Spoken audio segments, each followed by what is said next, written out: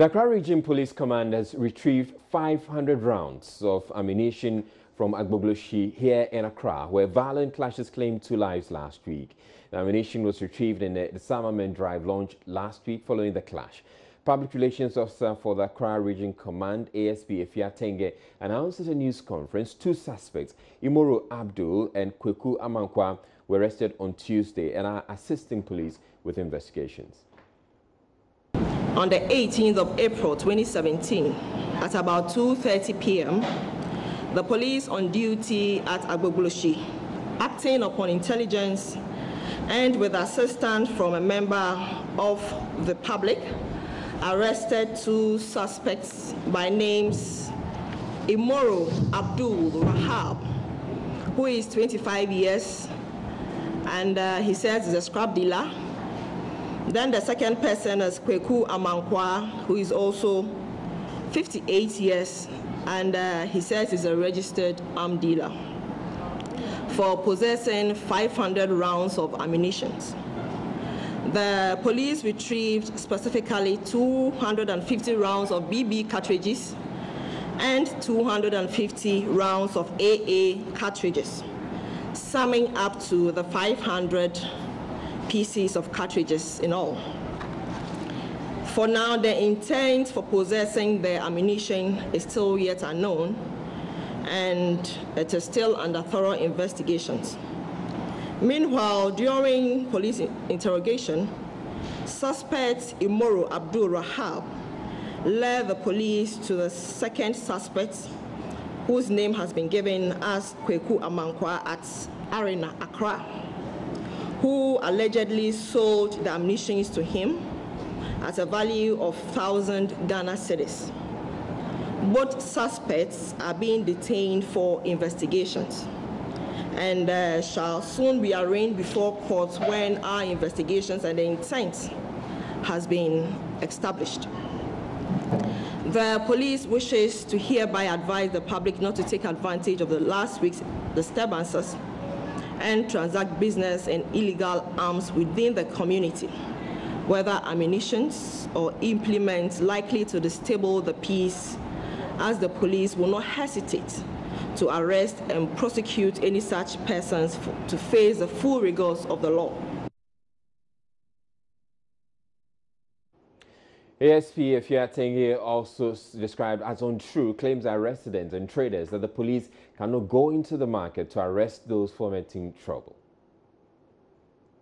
I know also that whenever the men go on duty, they usually do patrols, because even inside there, we cannot have a place to even accommodate their number.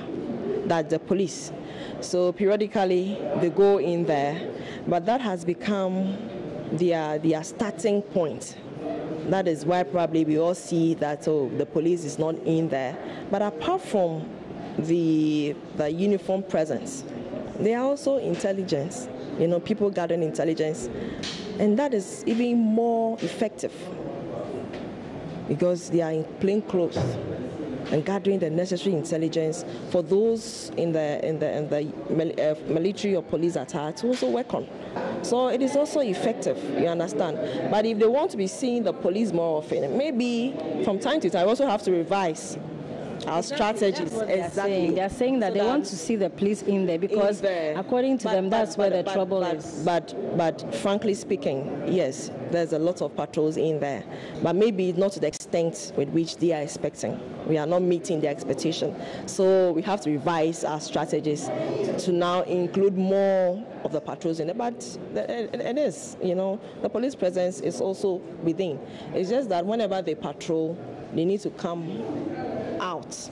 That is their duty point. That is where we have established the starter point. Can you establish one in the markets? So if we can find a very good place, why not? So we'll discuss that with operational men who review the strategies from time to time and also include some of these concerns to see how best we can all work at it. Also, police in Kaswa holding 3 persons after some suspected land guards attacked a policeman and 3 others at the Ojobi police station in the Gumwa East District of the Central Region. The suspected land guards, numbering about 5, are alleged to have attacked a man and his son and also stormed the police station to beat a police officer who wanted to intervene. According to the police, a medical form has been issued to the 3 injured persons to go to the hospital. Enti papa no ba police station Ojobi police station so be complain. Father of the guy who was attacked had a gun on his way from the farm. They seized his gun, and when he came to the police station, they attacked him there. They have been arrested, 3 of them. A community police officer was also attacked, and we are looking into that case. 3 people have been arrested. No one is above the law, so the law will take its course. They are bleeding from their body and faces, the scratches all over. Some of the victims and eyewitnesses narrated what happened. I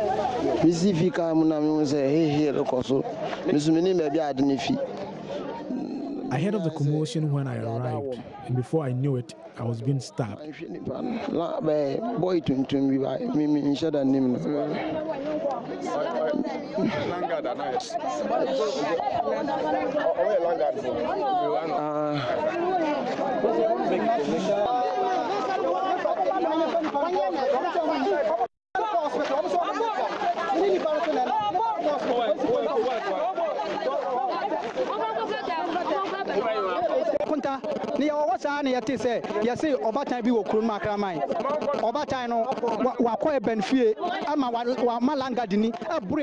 Obatan ordered some land guards to beat up Eben, my brother-in-law, insisting that he should be killed.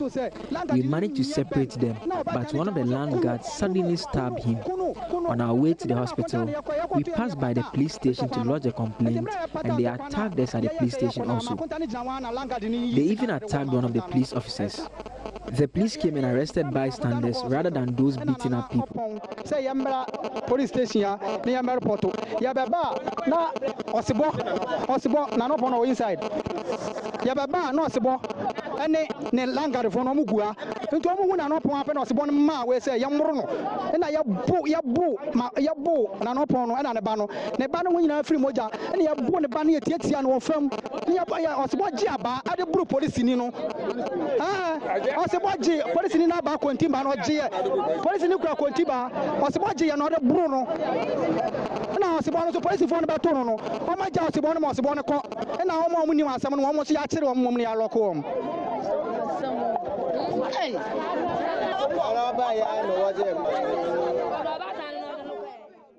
The Kaswa District Command has since dispatched personnel to patrol the area.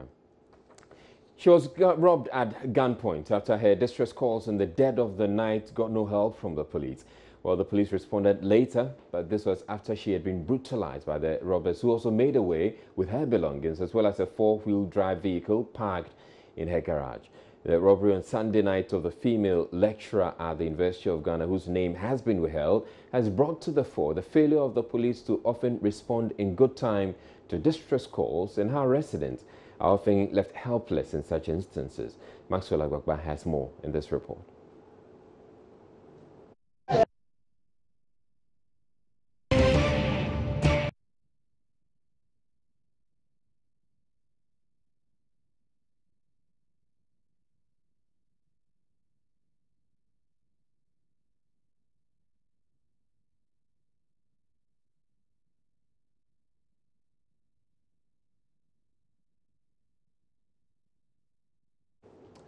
We do apologize for inability to bring you that story right now, but we will bring it to you. We're taking a break at this point. We're back in a bit.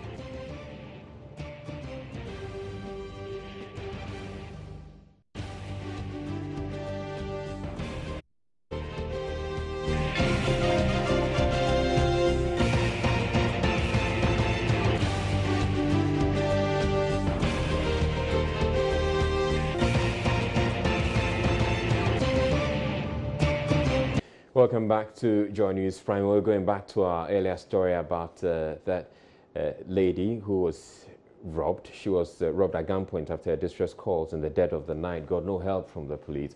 Well, the police responded later, but this was after she had been brutalized by the robbers, who also made away with her belongings as well as a four-wheel drive vehicle parked in a garage.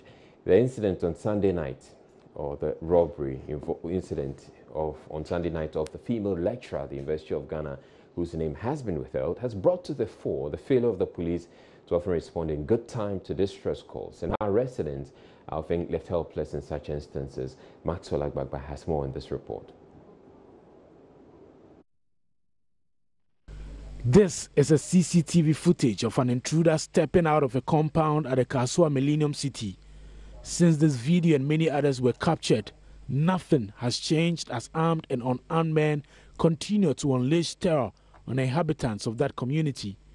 The situation at Akpoman, a community at Ashoman, is not peculiar. Many other developing communities face similar threats. Armed men continuously rob residents with impunity. This university lecturer is the latest victim. On Sunday around 2 a.m., armed men stormed her house. She narrates what happened on that fateful day. Her SOS calls to the police emergency lines yielded no results, and the robbers comfortably spent an hour and a half packing her possessions. I started searching for emergency number.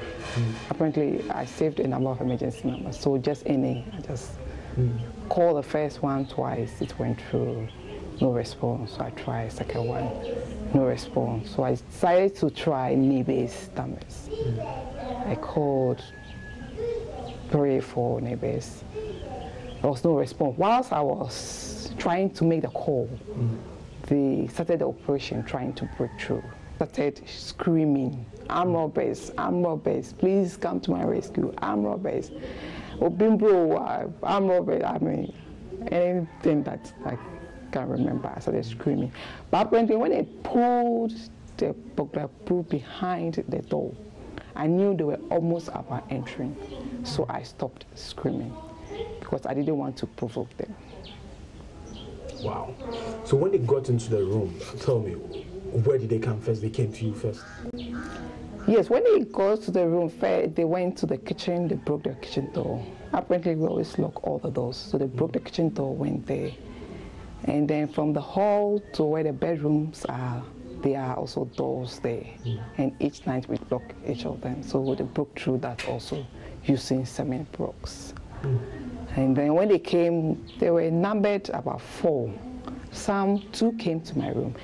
And again, we cement blocks a few minutes, about 5 minutes.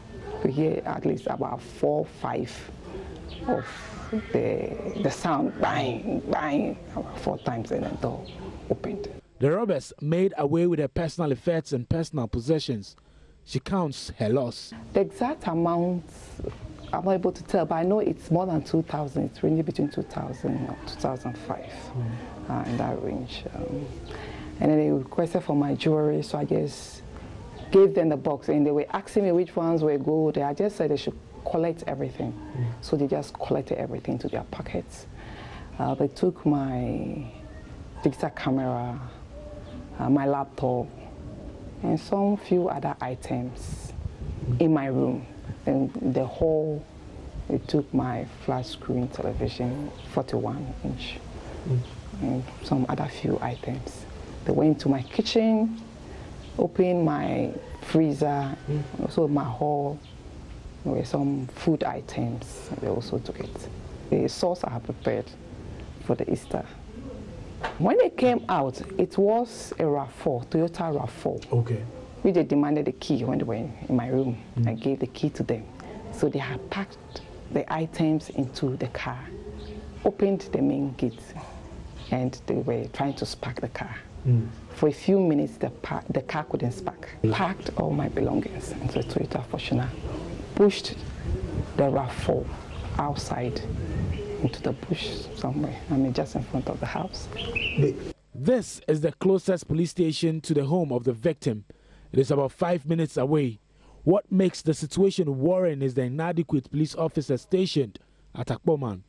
A top official here who only agreed to speak off record revealed There are only 4 officers at the station. They all come to work in the morning and close at 6 p.m. The officers here also do not have any vehicle, making them helpless when residents who are under attack call for help. Public Relations Office of the Ghana Police Service Superintendent Cephas Art on the Super Morning Show with Kojo Jansen says the phenomenon where police officers are not able to respond to emergency calls will be investigated. It is a conundrum right now, and the police administration is investigating that. Yesterday, I raised it at management meeting, and it is being seriously looked into because those lines were installed to cater for just this purpose, to ensure that people who are in distress are able to call for assistance. And for somebody to call and not to get any response at the other end, so you could get some help, it's very unfortunate. And so we are investigating it seriously to see why, whether it was a mechanical fault or it was attitudinal problem with personnel who are manning them. They will know what to do next. Do you tend to try these numbers? Does the police, service tend to try these numbers randomly just to make sure that they are still working and that in an emergency they can be accessed? Well, we have engineers who work on them. I wouldn't deny the fact that occasionally we encounter some engineering challenges, but we are able to detect it early and restore them to order. Reporting for Joy News, Maxwell Agbagba. President Akufo-Addo has made yet another promise, this time one warehouse for each of the 216 districts in Ghana.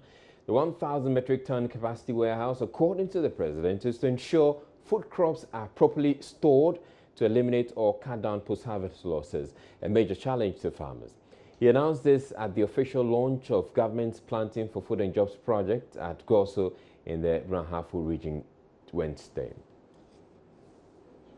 Government intends to construct a 1,000 metric ton capacity warehouse in each of the 216 districts. The purpose of these warehouses would be to handle produce as well as to store the anticipated surpluses under the Planting for Foods and Jobs campaign. In the Asian experience, the existence of a relatively extensive road network that carries fertilizer and other inputs to the farms and carries farm output to the markets has set them apart from us in Ghana. Ghana government will also expand the feeder road and farm track networks to mitigate post-harvest losses and also ensure foodstuffs are available to customers. Minister of Agriculture Dr. Afriyie Akoto said the project will deliver improved seeds, extension services and fertilizer subsidies to farmers and encourage private organizations to go into farming in order to benefit from the project expected to provide some 750,000 jobs. The overall objective of Planting for Food and Jobs is to produce enough food to feed the nation, export the surpluses, reduce the excessive food import bill, and generate employment for our fellow citizens. Both private and public institutions are being called upon and encouraged and supported to set up their own farms. Institutions like the breweries, the food processors, schools, colleges, and prisons are all being encouraged to establish their own farms. In subsequent years, the campaign will be expanded to include industrial and other cash crops and the livestock subsector. Planting for Food and Jobs will focus on 5 key crops this year: maize, rice, soybean, sorghum, and the selected vegetables. This year, the campaign will be focused on a selected target group of up to 200,000 farmers in all 216 districts of the country. In the run-up to last year's election, road construction was key on the campaign platforms in the Upper West region. The youngest in the country, the region covers 12.7% of Ghana's total land mass and has the least bituminous surface. Until recently, it was the only region that did not have a tarred road linking it to another region. The hope for better roads is believed to have been largely responsible for the NPP's gains, and as Rafiq Salam reports, the residents are still keeping these hopes alive. This is the main lorry path in Wa, known as Kejetie. Drivers and passengers who ply the 84 miles route on daily basis always have butterflies in their stomachs, despite assurances from government that the road will be constructed to link up the Upper East region. Work over the years has been progressing at snail's pace. The ripple effect of the delay being the ritual breakdown of vehicles on the road. Passengers are always left stranded on the shoulders of the road. In some cases, they sit akimbo in the middle of the bush and exposed to dangerous insects and animals. 32-year-old Abdul Hakim Abubakar has been plying the route for the past 8 years. Like many here, he was hopeful this government will prioritize roads in this area. No, nothing has changed on the road. It's still like that. We have been suffering about the road. And there is one bridge at Kajipere and then Wahabu. That bridge is not good at all.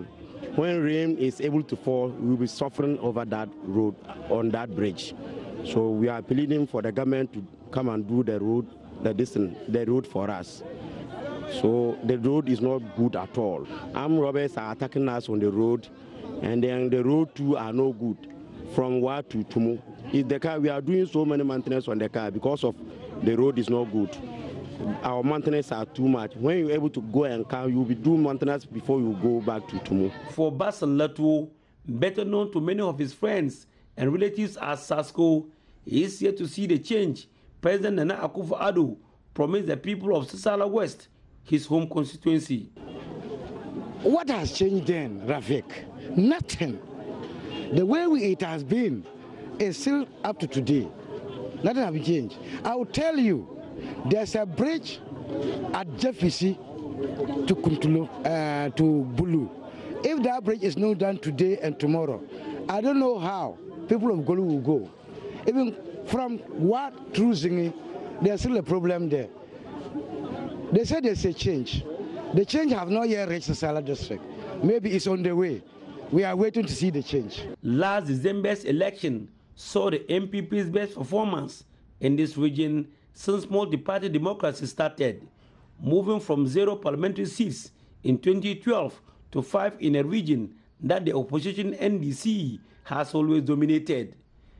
Expectations are high and understandable so. One of such politicians who won last December is now Deputy Roads and Highways Minister and Laura MP, Anthony Inyo Abaifakabo. Well, I think it would be false if you say that first budget didn't mention anything about roads. What I'm aware is on Upper West. On Upper West, yes. Then even the budget, if you look in the budget, there are particular roads which were contracts were initiated by the previous government. They never got to start them. The minister and our ministry is very committed to making sure that we continue with those roads. i.e. is the Heng Tumu Laura Road, which is a critical road and which is going to be worked on. The Babli Jirapa connecting road is going to be worked on, and there are many other roads within the Upper West district, Upper West region, which we are going to pay attention to. Don't forget, the current government is very dedicated in making sure that food products from the rural areas get into the urban centers. That is going to be one of the things that will anchor our one district, one village, one dam policy. After 100 days of the Akufo-Addo government, it seems many here are yet to see action on one of the pressing needs that is most pressing to them. It may be early days yet. One thing is crystal clear here in the region. The challenges that the region is facing in the various sectors of its development are intertwined. For example, if government is able to give a facelift to the over 1,000 kilometers of earth or gravel roads in the region, it will in a long way solve more than half of the problems in the health sector. Reporting for J News, Rafiq Salam. Wow. Right, you're watching Journey Prime. Still to come in the bulletin, the Lands and Natural Resources Minister is claiming some progress in the fight against Galamsey as hundreds of excavators are left behind by fleeing legal miners as the 21-day ultimatum expires.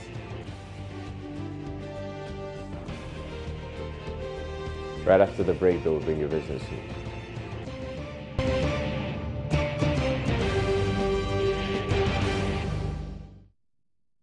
Well, the indications are pointing to the fact that we could be extending it, but no definite exactly has come up yet. We'll be getting updates from George as and when we get. All right, you take it away. All right, thank you very much, and thanks for joining me on Business. Investment banker and chief executive of Eco Capital Investments, Dela Agbo, has urged government to channel all funds allocated for the Planting for Food and Jobs policy into an investment fund. In an interview with Joy Business, he said this will enhance the efficient monitoring and utilization of the funds allocated for the intended projects under the program.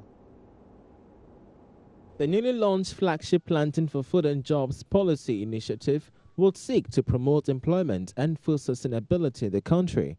For now, government has allocated over $500 million from the 2017 budget towards its allocation. According to investment banker Dela Agbo, setting up a fund for the initiative will enhance its sustainability as well as facilitate easy accessibility by farmers. Such an amount should have given to or assigned to some investment firms to create an investment fund, agriculture fund, which government can equally assign a benchmark to these investment firms so that they will be able to make sure that they beat the investment, the benchmark assigned to that.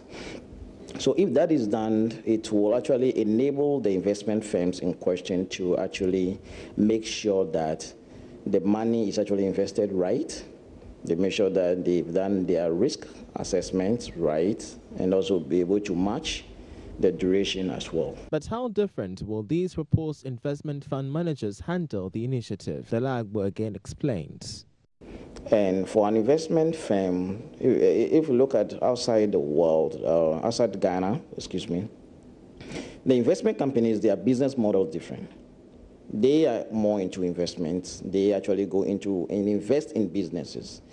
Banks do lending. They lend to businesses, all right, but they are a bit careful in terms of the risk that they take. For me, investing client money, the client purely understands the risk. When you are placing money with a bank or savings with a bank, they will not educate you about the risk, right? Because you are just placing money there. So they are careful in terms of where they place the client money. But with this, do you think there will be enough returns on it for farmers to get? That's why I like the idea that the 500 million, right, should have been given to investment banks, because it would have helped. Because government is probably a grant, right, a grant, where government will not be expecting higher returns. So the farmers can actually benefit a lot more than they actually going for individual funds and investing in. Some industry players are, however, confident in the initiative, saying it will enhance the nation's quest to minimize food importation. Meanwhile, HFC Bank has pledged its support for the Planting for Food and Jobs policy launched by the President. The program, which seeks to create employment for about 1,200 agric extension officers and farmers, is also aimed at improving agricultural production in Ghana. In an interview with Joy Business, Managing Director of the bank, Robert Lehant, lauded the policy and said it will reduce the country's over-dependence on food imports. And I think agriculture, the Minister of Agriculture is again a person that I believe is eminently qualified for the job. And I think he has had a lot of great policies. I've had a number of one-on-one conversations with him, and I know he's really committed to agriculture. So again, I think the idea of any policy geared towards a country better able to feed itself or initiatives in that regard is one that I support. I think there's Ghana has a lot of arable spare land, and there are a number of initiatives in that area that could go to a long way in helping us to reduce our import bill. So again, initiatives in agriculture is something that I think wasn't given the level of focus before. And I again feel that that is a good initiative. Okay. Are we seeing the HFC Bank doing something in agriculture this year? Well, HFC Bank, I wouldn't say that's not our focus, I mean, because HFC Bank was a bank that got its origins in housing, and we continue to focus on housing, but we are a universal bank like everything else. So our focus is very broad-based. It's in oil and gas financing, and it's also in agriculture. You must remember that HFC Bank in the Western Corridor is one of the only universal banks, so we have the widest distribution of branches in the Western Corridor.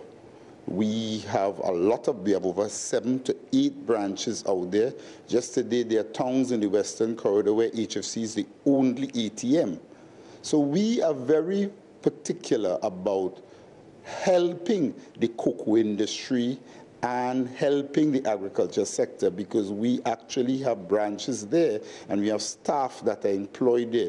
You remember last year, again, we had a cocoa seminar where we brought all the players in the cocoa industry together with a view of trying to find solutions. So HFC is about development, HFC is about building Ghana, and HFC is about playing a role in the development of Ghana. So whatever it works for Ghana, be it oil and gas, be it agriculture, be it housing, HFC is there to play its role.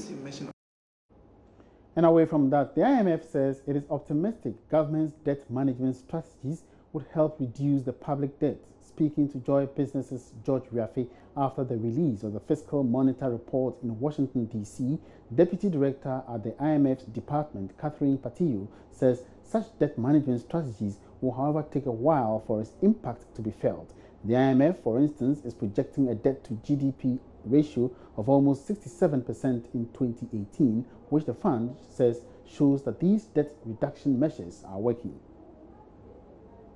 The immediate priority in Ghana, as you lay out, is to ensure fiscal discipline and target a budget deficit that's sufficient to put debt on a declining path.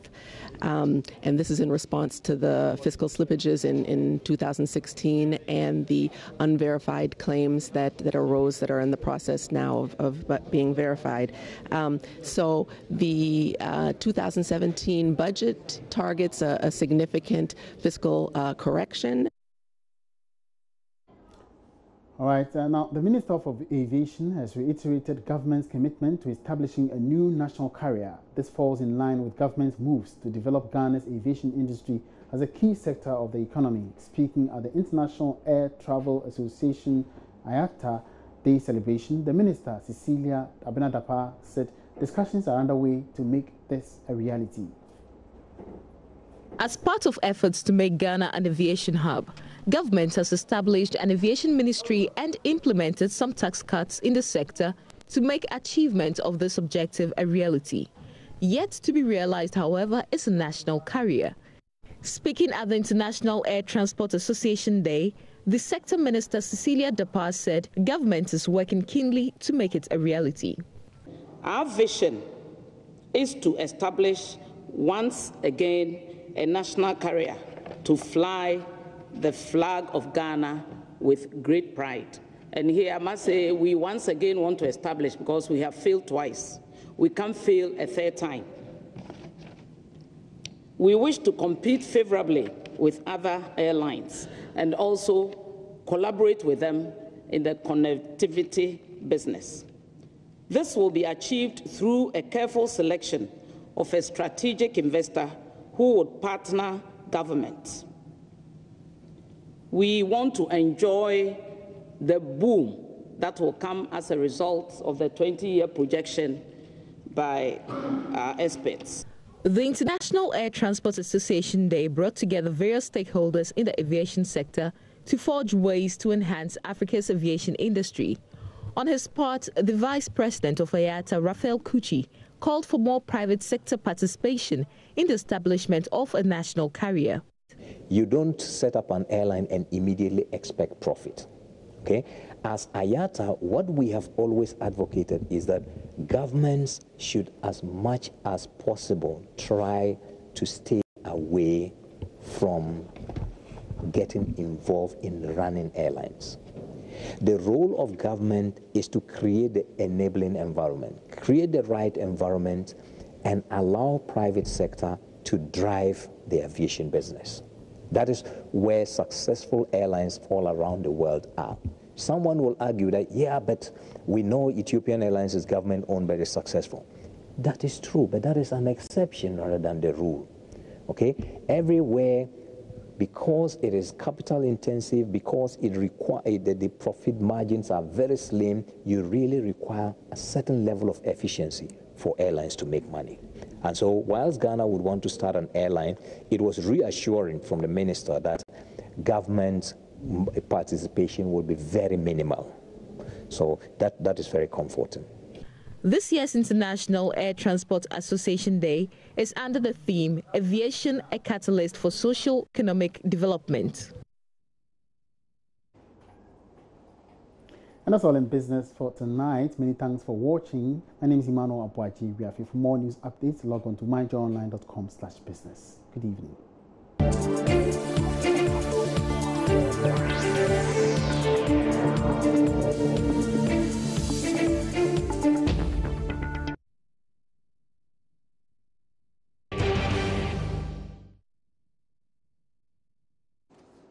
Welcome back to Joy News Prime. Government says as many as 560 excavators used in illegal mining have been abandoned at Galamsey sites following government's 21-day ultimatum to all those engaged in the illicit trade to cease operations. The Lands and Natural Resources Minister, who took some journalists around some of the mine sites to see some of the equipment, says government will follow through with plans to see a complete end to the illicit trade. Matilda Omega went along and sent in the following report. The Minister for Lands and Natural Resources, together with the Minerals Commission, have been touring some mining sites in the eastern region to assess the level of compliance following the directive to halt all illegal mining. The fact-finding mission revealed several abandoned mining sites in areas like Kubriso, Etiwa West, Enyinam, and Chebi. There was no sight of any illegal miner in these areas, but excavators and other earth-moving machines as well as tools used for the operations have been left on these sites. The Lands Minister, who intends taking the fight against illegal mining further, says the withdrawal of over 500 excavators from these sites is a positive move. We've seen a lot of withdrawal of the excavators, the chamfers from the various areas. The report I'm having now, Akimodan, 20 excavators have been withdrawn, Asakagwa 120, Asimfosu 20, Bibiani 120, Dunkwa 200, Konongo 25, and Takwa 40. Almost about over 500 excavators so far have been withdrawn from the various excavations. I know these guys are going out with the intention of returning back, but please, that will not happen this time around. They should take it from me. This time, we as a country, not as a government, collectively have agreed that enough is enough. Dredges, Akimodan, 20, Asakragwa, 100, Asimfosu, 200, that is River Pra, on the River Ofin, almost 300. Dunkwa, 10, Takwa on River Ankobra, 8, River Pra, 10, almost over, quite close to about 1,000, what they call the illegal Galamsey floating platform. The withdrawal of these machines, they are not surrendering it to us. But the good thing is that they have actually realized the importance of the directive. We need to sustain this. as human and as Ghanaians, as we all believe, their thinking might be, oh, in the next 3-4 weeks, we'll go back to the site. And that is why education is very important, for us. There is a sustainable way of managing this. And that is where the MMIP, is going to come in, which is a 5-year program. It's a project to make sure that we sanitize the whole system. Those that are coming out immediately, we are collecting data. Reclamation is going to be the immediate thing to be done, and that will involve provision of some livelihood as people keep on saying, what do you do to them? Reclamation, of course, it's going to provide money, an alternative to the activity that they are going to do. Well, a Chinese miner has revealed to our sister station at Dome News that most of his colleagues are not engaged in illegal mining, as being reported in sections of the media. He explains much of the work is actually in partnership with Ghanaians and is specifically in the area of small-scale mining. He spoke with Dome News editor Kofi Adoma. How many years have you been in Ghana? 10 years. 10 years. Wow. How do you see the country? Oh, it's a beautiful country. I like it here. Same like my second hometown. Oh, okay. Yeah. Your second hometown. You love Ghana. Yeah. But second, there is this issue of Chinese and Galamsey. What do you know? Is that really the case? No, really, Chinese don't have any Galamsey because Ghana, he not allowed is fortunately to Galamsey. But it's a Ghanaian people, he can do small scale mining. But he not have money. But he need our Chinese people, technical engineer and system. Is a machine. And the Ghanaian people interested for Chinese people coming together partner and do is small scale mining. That's where I do that. We are rent machine for Ghanaian people and together partner I do for mining. Oh, okay. That means no one can blame the Chinese. If someone is to be blamed, is the Ghanaian. No, single Chinese people no can do any mining for Ghana. Because Chinese people, he doesn't know where is it. Half gold, where half is land. If your house, you don't know me, how can you enter your house? That is a partner. He fighting for us, and because we have a machine, we are happy for them together do business. Okay. So how do you feel when you hear, let's sack the Chinese from Ghana, they are spoiling our water? How do you feel? No. Really, your Chinese do not spoil water because water side also 70% is Ghanaian people. He do Changfa machine, small use empty drums put for Changfa machine. He broken for waters. Chinese people is, I know, so no is close, too close is the water side. That way I know because I know go there because you only rent machine for Ghanaian people. If our company also have a machine, rent every day, charge for them, give the business. Oh. The National Health Insurance Authority is set to pay a third of the claims to those service providers nationwide. It follows threats by some of them to revert to the cash and carry policy just so they can keep the operations going. The outstanding claims accumulated over 11 months sums up to about 1.2 billion Ghana cedis. NHIA Chief Executive Dr. Samuel Yao Ano tells Love News on the sidelines of a health summit in Kumasi, the authority is carrying out an audit of the claims for payment to begin. The specifics are that some funds are being released by government. We are going to start paying off people who owe smaller amounts, which service the greater majority in terms of span of our society. That is from the clinics, the CHIP compounds, the midwifery units, the small units, which will owe very little amounts. The big ones we might start paying from the month end. The catch in there is that we have arrears running almost about 1 billion. Now, there are investigations going on to try and confirm the perception that quite a number of these claims could be fraudulent. So once these investigations run their full course, we'll be in a position to know exactly what to do. But we'll start paying not like 100%, but we're paying part as the money comes in from the month end going. Now, break the arrears down for us. We have capitation at the moment, and then we have GDRG, where facilities work, and then you pay them up later. So when we're talking about arrears, which area are we talking about? How much? We're talking about claims that service providers are putting from pharmacies, clinics, midwifery units, CHIP compounds all over, running almost about 800 million. We've got contractual obligations where people have provided service to the scheme that we need to pay them, almost running about 200 million. So all in all, we're talking about slightly over $1 billion. How is that affecting the service at the moment? Well, it's tremendously affecting the service because a lot of facilities are not accepting the cards. They're resorting to asking patients to pay for services before they render them. Although it is not nationwide, a few people have started doing that. And unless we gather ourselves together and start showing signs of goodwill in terms of paying some of the facilities and they also being relieved of the amount of credit they owe their creditors, will have dire consequences. So we're working along the clock. But I think our service providers must also understand and share with us that we've inherited this huge burden, knowing very well that there's a public perception out there that a lot of it could be fraudulent. So we're also taking our time to go into these cases each by each. It might take us maybe a month or 6 weeks or so to have a reasonable idea about what is going on. But until then, we'll have to send some money also out to them for them also to meet their creditors halfway.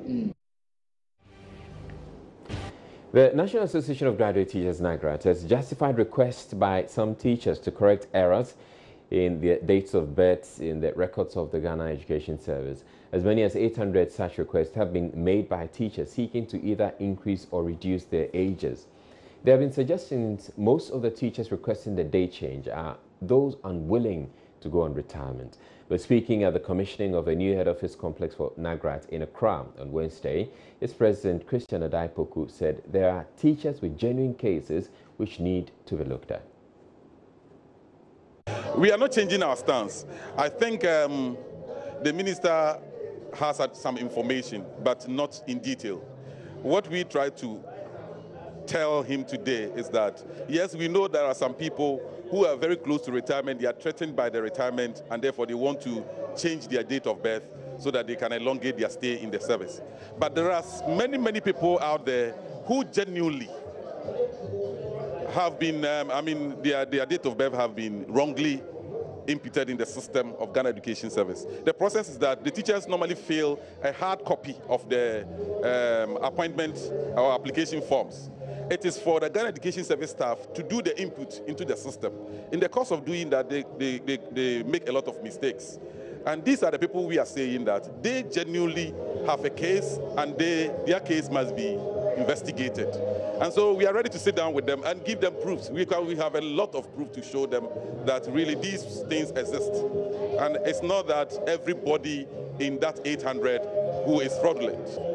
I think we plan to do a lot of education on this matter because the first thing is everybody must come out. It must be once and for all exercise that we will not come back to. So we will dialogue with them, find a strategy of educating every teacher to go onto the system and check from the platform his real date of birth. If you have issues with your date of birth, you need to provide proof. And the GES has set up criteria for being able to prove. You should be able to provide documents from your basic education, primary school, cumulative records and admission register, secondary school records. If you have university records, and all those documents must be provided that indicate your date of birth. And that will help them to accept or reject your application. Commending NAGRAT's effort towards building the office complex, Minister for Education Dr. Matthew Opoku-Prempeh attributed frustrations over teacher promotions and allowances to the new biometric registration system, but said the issues are being dealt with. I don't know how an arrears can have a policy. An arrears is a debt that you owe that you have to pay. I don't know how you do a policy around it. But I have heard that there's a 3-month policy. And I have gone to ask. And the Minister of Finance has assured the unions and myself in the budget that not only the validation has to be brought to our end so that we can move on, this whole 3-month pay policy that NAGRAT so deserves to be off doesn't happen to have found itself in any government policy document. It is, and I can state it, it is an abreaction of the validation and co. But if validation has come about, then we should also examine, like we are, and I must say, NAGRAT and NAT and CCT are partners in the welfare of teachers. If teachers themselves who have been promoted are contributing so much to teacher disturbance, we have to have a look at it. The biggest concern of teachers is this biometric registration. Just 2 days ago in Kumasi, I went to have a meeting, and I was accosted by some young teachers all the way from Kushegu. I don't know how they got to know that I was where I was at that time of the day. But they came with their pay slips, and it was so bad that a teacher who has been promoted to become a do they call them circuit supervisors? They call them circuit supervisors. I didn't know. Who are handling the IPPD biometric registration so that the young teachers will get paid, are the ones who are frustrating the system. And these are the same persons who are frustrating promotions and allowances. We have to find a way to deal with it as concerned members of our own welfare. And we will have to deal with it. Today, I came to congratulate NAGRAT for the wonderful edifice. NAGRAT. Mr. Chairman, I must commend NAGRAT for putting up this magnificent building that we are inaugurating. The building speaks for itself. The excellence NAGRAT is pursuing. It is my expectation that this structure will greatly enhance the output for members of the nation. Use it to the fullest and let posterity bear testimony to your efforts and noble vision. I wish you the best. The newly installed chief of Eremon in the Laura district of the Upper West region has cautioned parents who send their children to care for cattle instead of being in the classroom to stop the practice or face the full rigors of the law. Na Voku Nyo Tang said the children should be encouraged to stay in school rather than become herders or work at Galante sites. Rafiq Salam reports from Wa. For the past 17 years, the people of Eremon in the Laura district have been without a substantive chief. The scheme became vacant following the death of Nasa Morbobda Tan III. Since then, the void has been filled by a regent whose powers in some cases are limited. The Eremon community is made up of 10 sections, with each section being overseen by a sub-chief. Residents of the community were filled with joy to have a chartered accountant, Philip Breimer, installed under the scheme name Navorkun Yorotang as the 4th divisional chief of the area. He was installed by the paramount chief of the Laura traditional area, Napo Lekabo III. Since 2010, there has been a systematic program to fill all vacancies in the traditional area with sitting chiefs. This has been very successful. All divisional chiefs have been authorized to fill all vacancies at the sub-chiefs level, of course, in collaboration with me. Navorkun Yorotang IV, in his message to the people, penciled education as one of his priorities. It is my intention to also encourage everybody to send his or her child to school and support them at the highest possible level. With the livestock industry being virtually killed through cattle rustling, we have no excuse to keep our children at home with the excuse that they are to take care of livestock. They must all be sent to school and encouraged to stay through instead of running away to engage in galamsey. Dozens of communities in the area are still without electricity, and the roads are also bumpy and dusty. Deputy Minister for Roads and Highways, Anthony Inyo Abe Fakabo, assured the people of plans by the government to fixing them. Now, Volkur Yorotang IV, I want to say to you and to your people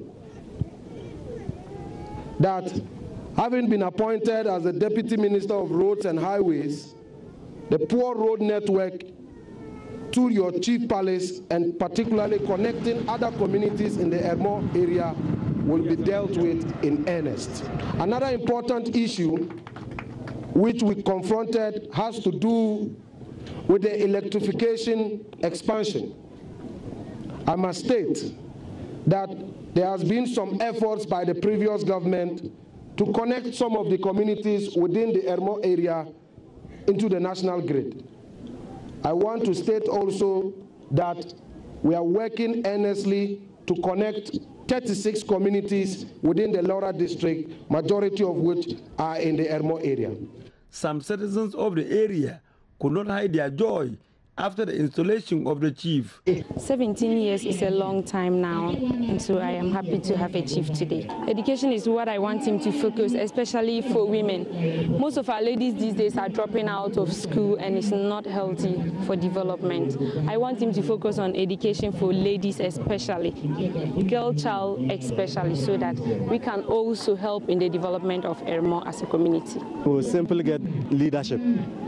The village has been without a leader for some time, and for that matter, development has gone backward for long. I am most excited than any other person today. Reporting for Joy News, Rafiq Salam, Ermon.